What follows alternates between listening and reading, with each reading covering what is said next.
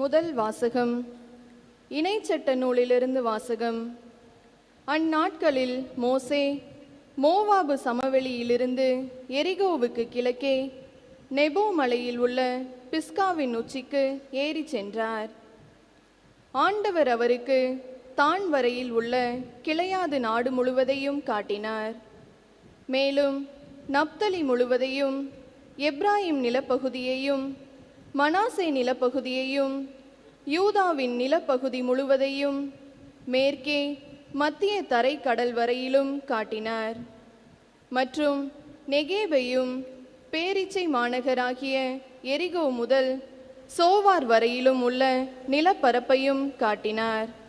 அப்போது ஆண்டவர் மோசேக்கு உரைத்தது: நான் உன் வழிபடவினருக்கு கொடுப்பேன் என்று ஆபிரகாம், ஈசாக்கு, யாக்கோப்பு ஆகியோருக்கு ஆணையிட்டு கூறிய நிலம் இதுவே.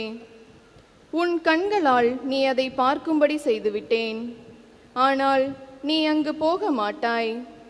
எனவே ஆண்டவர் கூறியபடியே அவர் தம் ஊழியர் மோசே மோவாபு நாட்டில் இறந்தார். மோவாபு நாட்டில் பெத்பகோருக்கு எதிரே உள்ள பள்ளத்தாக்கில் அவர் அவரை அடக்கம் செய்தார். ஆனால் இன்று வரை எந்த மனிதருக்கும் அவர் கல்லறை இருக்குமிடம் தெரியாது. மோசே இறங்கும்போது அவருக்கு வயது 120. அவரது கண்கள் மங்கினதும் இல்லை, அவரது வலிமை குறைந்ததும் இல்லை.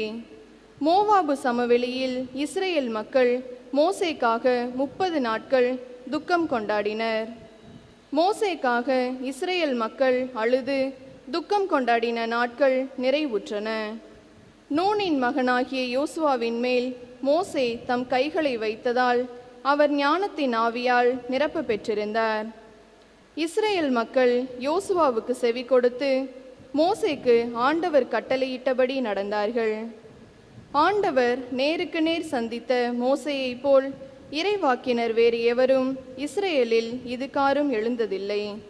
ஏனெனில் எகிப்து நாட்டில் பார்வோனுக்கும் அவன் அலுவலருக்கும் அவன் நாடு முழுவதற்கும் அடையாளங்களையும் அருஞ்செயல்களையும் செய்யும்படி ஆண்டவர் மோசேயை அனுப்பினார். இஸ்ரேல் அனைவரின் கண்கள் காணுமாறு அவர் ஆற்றிய அனைத்து ஆற்றல் மிகு செயல்களும் அச்சுறுத்தும் மாபெரும் செயல்களுமே இதற்கு சான்றாகும். ஆண்டவரின் அருள்வாக்கு.